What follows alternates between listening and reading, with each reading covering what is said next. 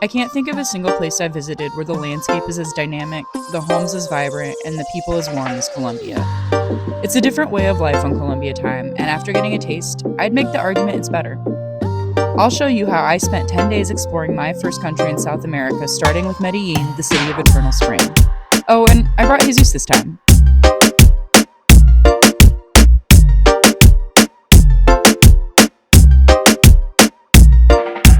We are on a budget, which is part of what drew us to Colombia. After scrolling daily drop deals, running numbers and accommodations, and eliminating anywhere more than a few degrees outside the equator, I'll get there someday, Budapest, we snagged a pair of $340 round-trip tickets to Medellin.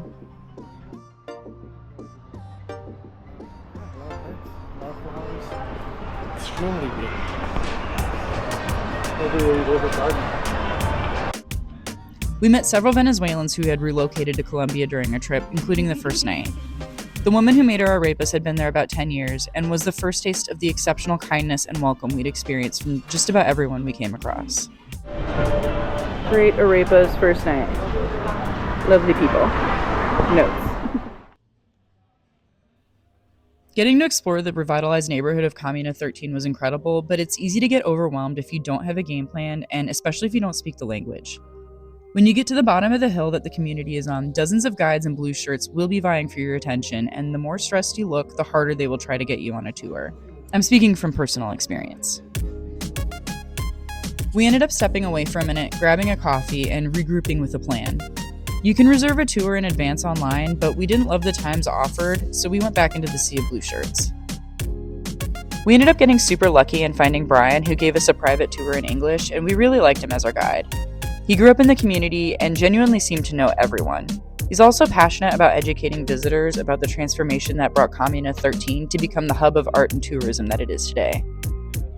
Brian shared what it was like for his family to live here before the changes, when violence between paramilitary and guerrillas in the area left locals caught in the crossfire.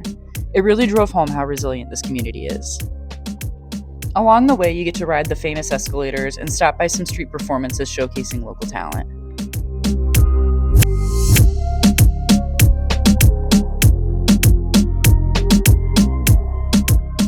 I do recommend using a tour guide. Seeing the murals was beautiful, but getting to learn the meaning behind them made them even more impactful. We also got to see side streets that we likely wouldn't have stumbled into on our own, and I ended up having more fun at the street performances than I thought I would.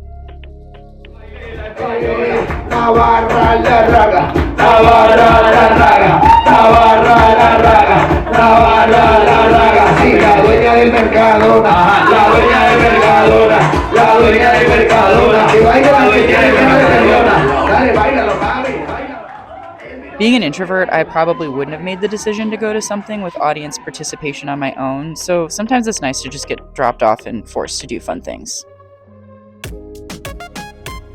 Don't do what we did and hope for the best. Just reach out to Brian directly if you want a tour.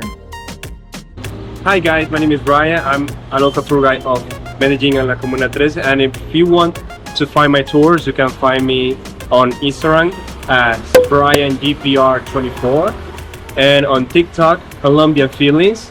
And if you want to visit, I have everything for you. I'm a local, so I can show to you everything with a good English and with a good experience for you. Thank you. The next day, we continued embracing our educational streak and learned more about Pablo Escobar. This was a group tour on a bus and normally would include a beer, but Colombia outlaws alcohol sales for 36 hours around elections, and that's when we took this tour. He's posing in front of the White House with his kid.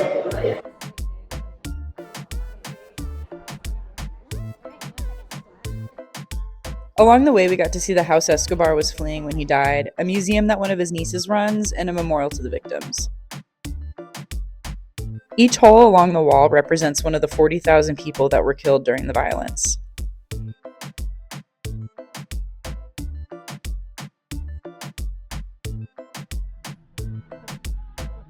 We also visited the cemetery where he's buried, which also houses Griselda Blanca's grave a few steps away.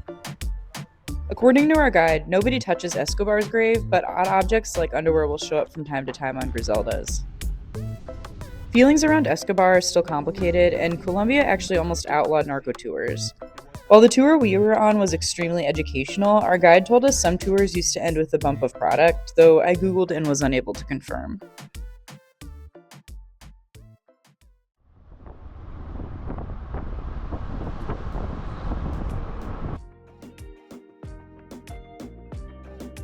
Medellin is located in a valley of the Andes Mountains, and I became obsessed with their unique public transit solution to the topography.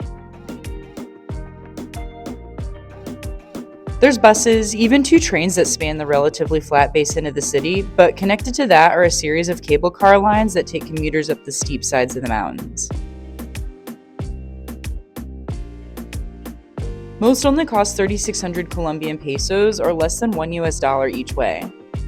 We took the Santo Domingo Metrocable line to its last stop, which connects with the line to Parque Arvi.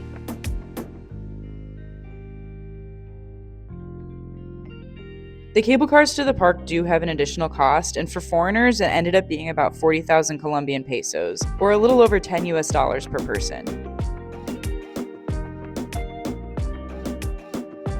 This ended up being a high point of my time in Medellin, literally and figuratively.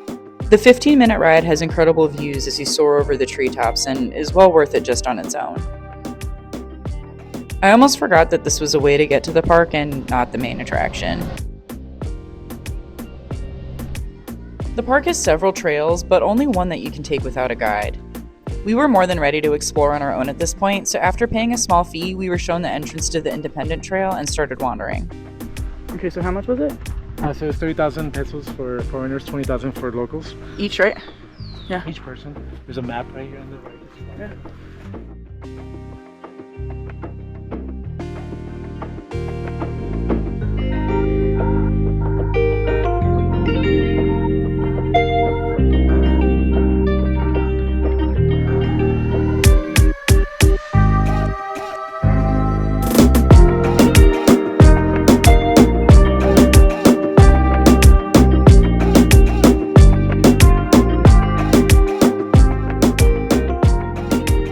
So is this like one of those, like the agave, where like after it blooms it dies?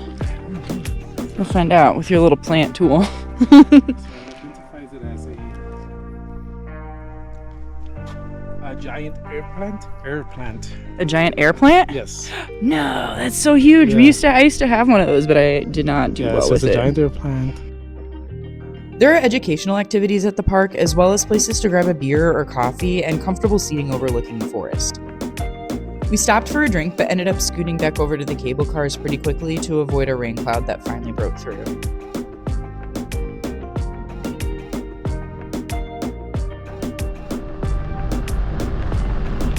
Wind, yeah.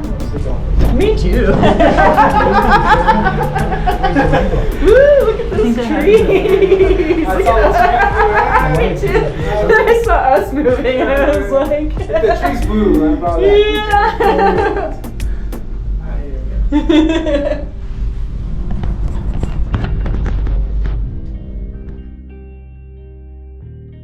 Parque Arvi is great, but for me, the cable cars that take you there are the can't-miss experience. The line connecting the park is the longest uninterrupted path, but if you can't make it all the way out, there are 5 Metrocable lines that connect directly to the public transit system located throughout the city. To be honest, I probably could have spent the whole trip riding these around and been super content.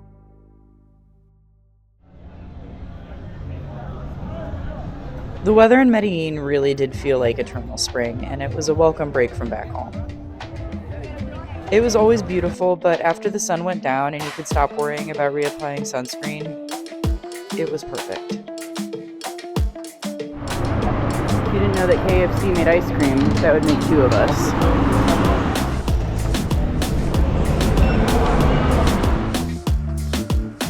And that was it for the city of Medellin, because Jesus found something incredible only a day trip away, and we had to see it.